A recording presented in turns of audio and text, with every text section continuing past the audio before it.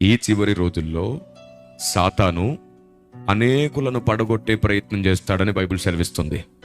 ఎవని మింగుదునా అని గర్జించు సింహం వలె వాడు తిరుగుతున్నాడని బైబిల్ సెలవిస్తుంది. ఈ సమయంలో ఇలాంటి భయంకరమైన పరిస్థితుల్లో ఎవరైనా ఏదో ఒక రూపంలో పడిపోతూనే ఉంటారు.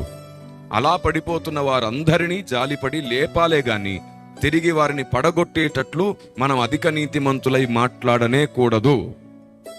ఎందుకంటే ఒకడు ఒక విధముగా పడుతున్నాడని నువ్వు వాడిని నిందిస్తే నువ్వు ఇంకో విధముగా పడే అవకాశం కూడా ఉంటుంది. వాడు చేసిన తప్పు నువ్వు చేయకపోవచ్చు, కానీ దేవుడు చూడగలిగే తప్పులెన్నో మన జీవితాల్లో ఉన్నాయి. భక్తుడైన దావీదు అంటాడు, నా దోషములు నా తల వెంట్రుకలను మించి ఉన్నవి అంటాడు.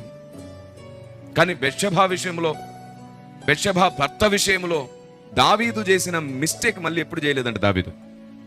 మరి తల వెంట్రుకలను మించిన దోషములు ఏమిటి?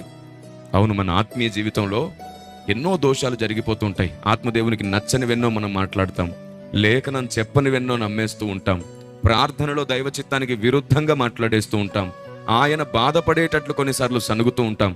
ఇలాంటి దోషములు వందలు మన జీవితాల్లో జరిగిపోతూ ఉంటాయి.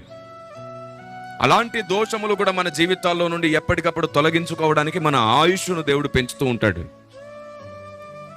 పరిశుద్ధాత్మ దేవునికి దుఃఖం కలిగించే స్వభావాలు మనలో ఎన్నో ఉంటాయి. వాటన్నిటి నుండి మనల్ని శుభ్రపరచడానికి ఆత్మదేవుడు మనల్ని నడిపిస్తాడు. సరి అయిన ఆలోచన బోధిస్తాడు మనకి. Praise the lord.